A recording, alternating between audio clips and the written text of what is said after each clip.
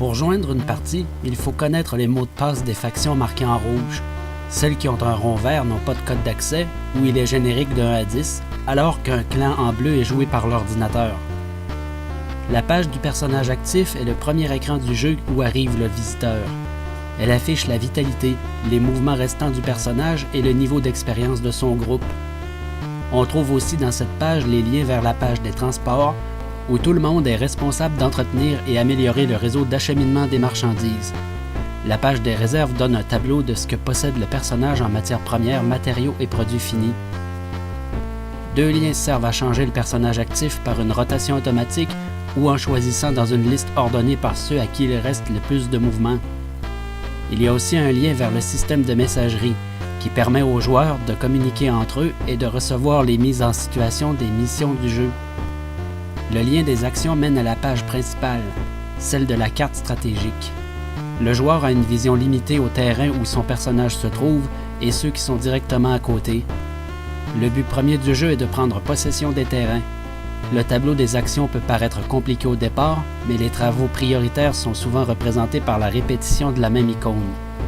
Par exemple, au début, il est impératif d'acquérir de nouvelles parcelles de territoire afin d'augmenter l'espace de stockage. Les flèches bleues servent à bouger d'un terrain à l'autre si le personnage actif a les points de mouvement requis. Survoler avec le curseur de la souris l'image de la destination qu'on souhaite atteindre avant d'y entrer montre si quelqu'un est déjà propriétaire et s'il y a des ennemis. Il est important de se rappeler que l'affichage de l'état de la carte ne se renouvelle pas en temps réel. Par conséquent, plus on attend pour poser un geste, plus les autres joueurs ont de temps pour agir et on ne le voit qu'après avoir nous-mêmes fait quelque chose. Le réticule de visée au milieu des flèches bleues mène à la page d'attaque. Si on se trouve sur un terrain avec une icône de ville, des aventures apparaissent dans le haut de cette page et on peut y trouver des objets ou réaliser des tâches pour les personnages non-joueurs afin de recevoir des récompenses. 3 modes d'affichage sont disponibles, la mini-carte, les objets au sol et les autres personnages. Les mouvements dans la page de mission sont semblables à ceux de la page stratégique. Le X au milieu des liens de mouvement déclenche parfois des événements associés avec la position du personnage éclaireur. Les conséquences en question sont expliquées par des messages d'introduction qui sont envoyés seulement au clan du propriétaire du terrain. Il serait sage d'éviter de cliquer au hasard. Il y a 2 priorités dans les aventures, à part les demandes des PNJ. Trouver des véhicules et des objets intéressants, dont les armes, qui peuvent avoir 3 portées différentes. Le corps à corps sur la même position, le tir rapproché sur la position voisine et le tir sur n'importe quel emplacement visible, dépendamment de la nature et de la qualité de l'arme. C'est important de noter que l'éclaireur n'est pas seul à agir quand le joueur a amené plusieurs personnages sur la coordonnée stratégique. La cohorte va attaquer avec lui en fonction de la capacité des armes et objets défensifs qui lui auront été distribués. Ce comportement de groupe s'applique également lors des actions contre d'autres joueurs. Les actions dans la carte stratégique permettent de récolter des matières premières dont la quantité s'affiche dans le tableau du bas une fois que le terrain a été prospecté. C'est toujours une bonne idée d'améliorer le rendement en irriguant, en creusant une mine ou en construisant une route. Les chemins de fer éliminent les dépenses de mouvement, mais ils coûtent cher en acier madrier.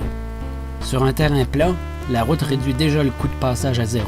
Alors la voie ferrée permet de recharger les points de déplacement pour simuler le gain en productivité des voyages rapides. Chaque tribu a un talent particulier à offrir en service aux autres. Les scientifiques enseignent des métiers, les antoniens guident les voyageurs vers n'importe quelle destination nommée et prospectée, les anthropomorphes soignent les blessés, les Ygrikiens réparent les objets, les terriens rechargent les armes, les aristocrates dépannent les pauvres, les travailleurs fabriquent des machines qui augmentent la productivité, alors que les marchands et les xénomorphes installent des colons, si on peut appeler ça un service pour les derniers. Il reste la production de biens de consommation et la page de transaction. Quand un joueur a une usine et un peu d'argent à investir en salaire, tous les personnages peuvent transformer ses réserves en produits plus avancés. S'il ne veut pas dépenser ou vendre certains items, il ajuste la quantité qu'il veut avoir en réserve dans la page de l'entrepôt du personnage propriétaire de la manufacture. Tous les matériaux excédentaires sont disponibles à la vente ou à la transformation. Les marchandises sont toutes nécessaires pour atteindre certains objectifs, comme se nourrir, changer de métier, améliorer le réseau de transport, réparer des objets. Elles peuvent par conséquent toutes être achetées de ceux qui ont des surplus à un prix qui est géré automatiquement. La valeur de vente change à chaque tour en fonction des réserves réelles par rapport aux réserves souhaitées que chaque joueur ajuste dans la page d'entrepôt de chaque personnage. Par exemple, si tous les joueurs veulent accumuler 100 000 unités d'acier, mais qu'aucun personnage n'en a plus que 10 à chaque tour, le prix du métal va finir par atteindre des sommets astronomiques.